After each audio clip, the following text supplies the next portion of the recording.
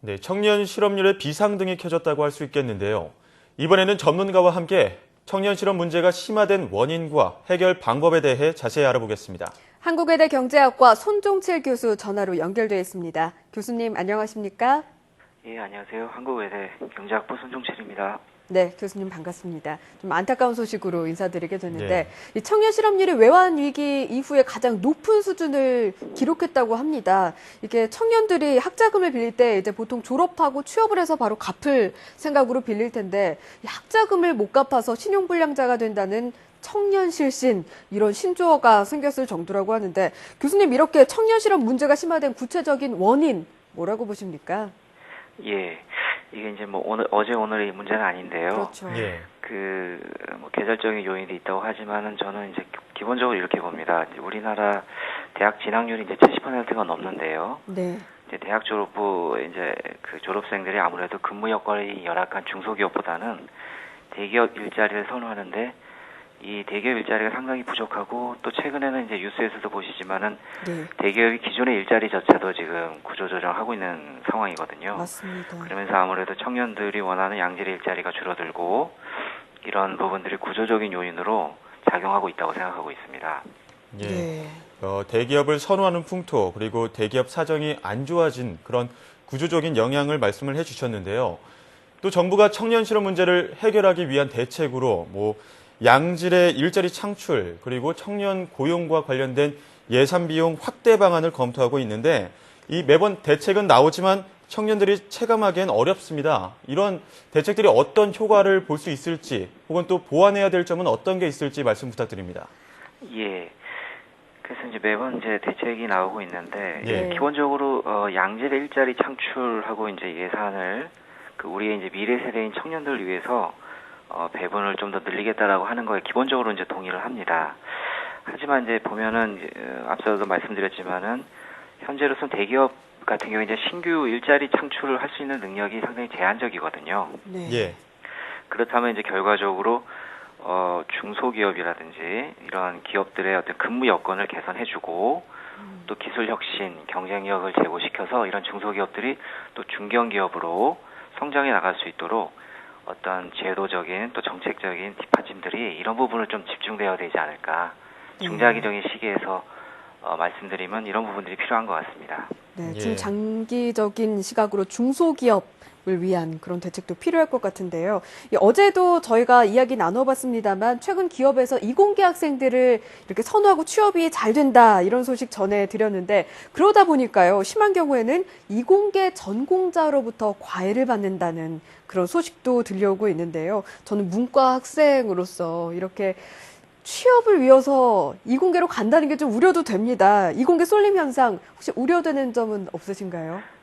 예, 저도 그 뉴스를 보고 깜짝 놀랐는데요. 그 정도까지 해야 될 정도 상황인가 이런 생각이 들었습니다. 네. 근데 이제 보니까 기본적으로 이제 기업들 쪽에서 이제 그 인력을 수요할 때 인문계보다는 아무래도 이공계 학생들에 대한 수요가 상대적으로 이제 점점 커지는 추세를 저희가 이제 부인할 수는 없을 것 같고요. 네. 그다음에 이제 대학들도 거기에 맞춰서 점진적인 이제 준비, 그다음에 이제 변화를 준비를 해야 될 것 같은데요.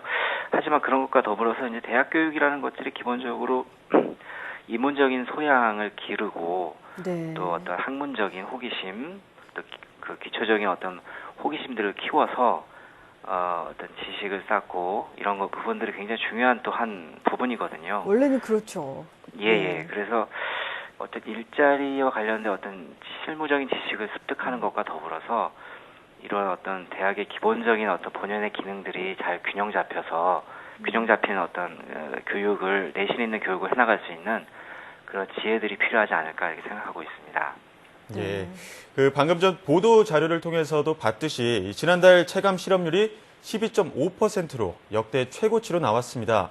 그렇게 보면 현재 청년 10명 중 1명은 실업자라고 볼 수가 있겠는데요. 이렇게 극심한 청년 실업 문제가 기성세대 노후에도 영향을 줄 수 있을 것 같습니다. 이 부분에 대해서는 어떻게 보십니까? 예. 이게 이제 아무래도 이제 기성세대 같은 경우에는 은퇴를 하고 나서 이제 좀 이제 쉬면서 삶에 이제 그 인생 이모작이라 가지고 제2의 인생도 준비하시고 하셔야 되는데요. 예.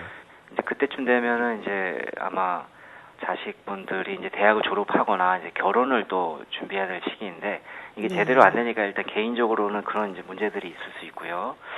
그다음에 이제 우리 그 경제 전체적으로 봐서도 결국 그 이제 은퇴하시는 분들이 이제 공적연금을 국민연금이라든지 이제 공적연금을 받게 돼 있는데요. 네. 그 공적연금을 기여할 수 있는 부분들이 결국 청년들이 취직을 해서 그다음에 일자리에서 이제 열심히 일하면서 국민연금을 납부한다든지 하면 그걸 이제 받아서 그 은퇴 생활을 하실 수 있는 거거든요. 예. 예. 근데 이제 이렇게 청년층이 이제 고용률이 떨어지고 이러면은 그 기성세대 은퇴 후에 어떤 그 공적연금의 어떤 지속 가능성 이런 거에서 영향을 받을 수 있을 것 같다는 생각이 듭니다. 네, 노후를 준비하는 세대가 늘어나고 있는데 정말 장기적으로도 걱정이 됩니다. 끝으로 이 청년 실업 문제를 효과적으로 해결하고 취업률을 높이기 위해서는 어떤 노력과 방안이 필요하겠습니까? 예. 그래서 뭐 이게 우리나라가 단기간에 뭐 삼성전자나 뭐 현대자동차 같은 글로벌 대기업들을 단기간에 키워낼 수 없다면 예. 결국은 우리가 가지고 있는 일자리, 즉 중소기업 또 중견기업 이런 일자리들을 좀 더 근무 여건들을 개선하는 것들이 필요한데요. 네. 그래서 결국은 중소기업하고 대기업 간의 일자리 이중 구조 그리고 이제 우리 흔히 얘기하듯이 정규직과 비정규직 간의 어떠한 그런 근무 여건의 차별 이런 것들을 완화해 나가는 노력들이 필요한 것 같습니다. 그래서 네.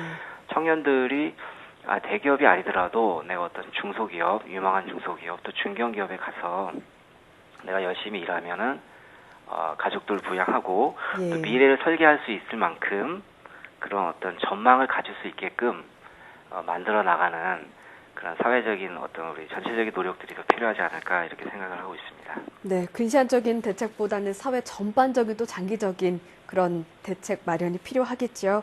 네, 지금까지 한국외대 경제학과 손종채 교수와 함께 이야기 나눴습니다. 교수님, 오늘 말씀 감사합니다. 예, 감사합니다.